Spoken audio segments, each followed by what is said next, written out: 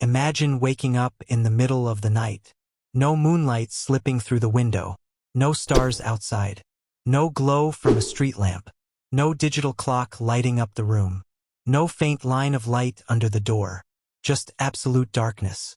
The kind of darkness so complete that your own hand disappears in front of your face. No shapes. No depth. No reference points. Only silence and blackness stretching in every direction. Most people assume this should be the perfect environment for sleep. After all, darkness is supposed to signal rest. Tells the brain the day is over and it's safe to shut down. But something strange happens for many people. Instead of peace, complete darkness creates discomfort, restlessness, sometimes anxiety, even fear. Some people suddenly feel like they're not alone. Others imagine movement in the room. A few experience vivid nightmares or keep waking up for no clear reason. And some simply cannot fall asleep at all.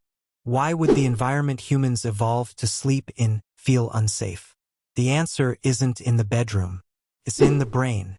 A survival system that is millions of years older than modern life. Long before electricity, locked doors, or cities, night was not peaceful. It was dangerous. When the sun disappeared, vision became unreliable. And when vision failed, survival depended on alertness. Every sound mattered. A rustle in the grass, a branch snapping, a distant movement in the dark. Because in that world, darkness didn't mean rest. It meant risk.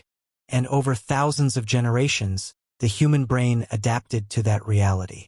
It developed a system designed not to let you fully relax at night.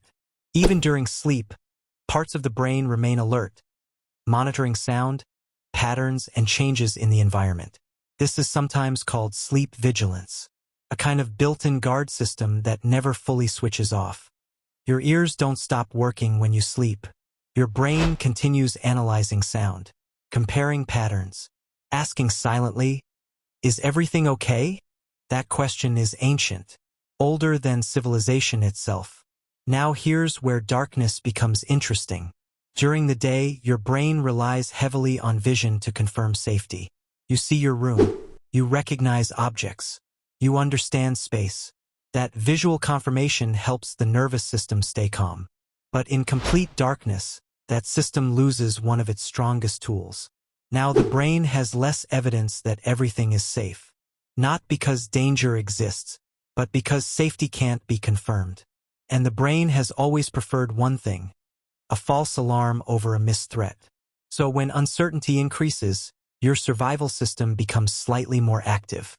Your senses sharpen. Small sounds feel bigger. Normal movements feel more meaningful. And your mind begins filling in the gaps. Because the brain hates missing information. Predicts. It guesses. It constructs meaning even when there is none. That's why people sometimes feel a presence in a dark room. Not because something is there, but because the brain is trying to complete an incomplete picture of reality. If it cannot see, it imagines. If it cannot confirm, it prepares. And preparation often feels like fear. This ancient system once protected humans from predators.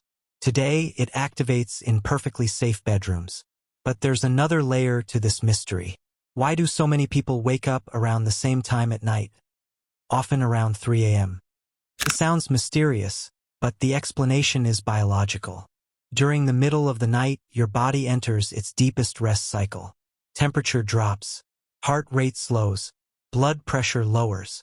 The brain moves through repeating sleep stages in cycles of roughly 90 minutes. Some stages repair the body. Others organize memory. And one stage, REM sleep, is where dreams become vivid. During REM sleep, the brain becomes highly active, but the logical control centers are less dominant. Emotions are strong. Reasoning is weaker.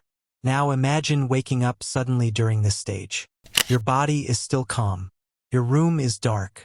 Your dream may still be fading. And your brain is unsure whether what you experienced was real. For a moment, reality feels unstable.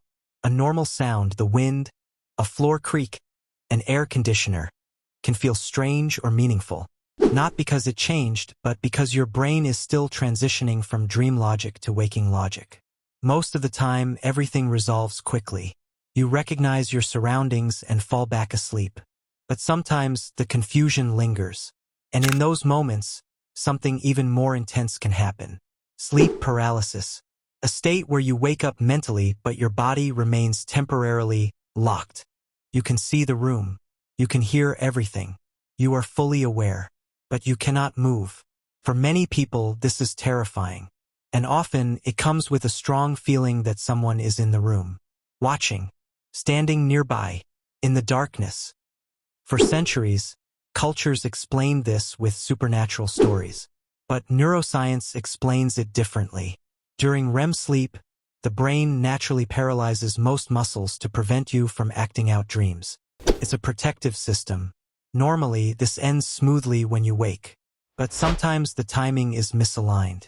Your awareness returns before your body fully unlocks. So you become conscious inside a sleeping body. And the brain, facing an impossible situation, tries to explain it. A dark room. No movement. No control. High uncertainty. The brain fills the gap with threat perception. Not because something is there, but because uncertainty feels dangerous. That's why many people report similar experiences. A shadow, a figure, a presence. Not shared hallucination. Shared biology. But there's a twist in all of this. While humans have always feared darkness, modern life has created a different problem. Too little darkness. Streetlights. Phones. Screens. LEDs. Small blinking lights in every room. To your conscious mind, they seem harmless. But to your brain, light is not decoration. It is information. Light tells the brain, it is still daytime.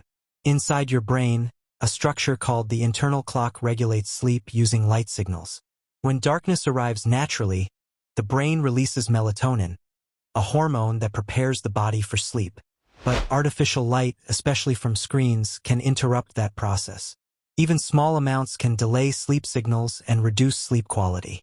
So while humans once struggled with fear of darkness, many now struggle with something else. Bedrooms that are never truly dark. The irony is clear. Too much darkness once triggered fear. Now too much light disrupts rest. But the solution isn't extreme. It's balance.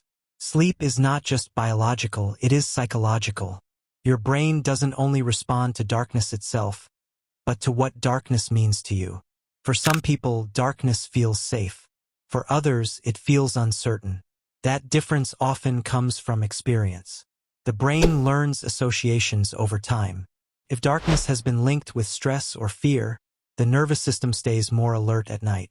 If it has been linked with calm and safety, the brain relaxes more easily.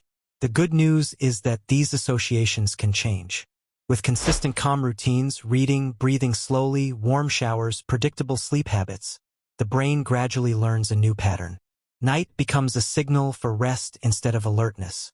And for those who struggle deeply with darkness, even a very dim warm light can sometimes help reduce anxiety enough to sleep more peacefully. Because the goal is not forcing darkness. The goal is creating safety. In the end, sleep quality depends less on the environment itself and more on how the brain interprets it. And that brings us to the final question. If humans evolved in darkness, why does it still affect us so strongly? Because the brain is not a perfect reflection of the present. It is a survival archive, carries millions of years of adaptation. Programs built for a world where night meant uncertainty, and uncertainty meant caution. Even now, inside a safe modern home, a part of that system still whispers, stay alert, just in case. But understanding this changes everything. Because once you recognize that fear in the dark is not random but ancient prediction, you stop seeing it as something mysterious.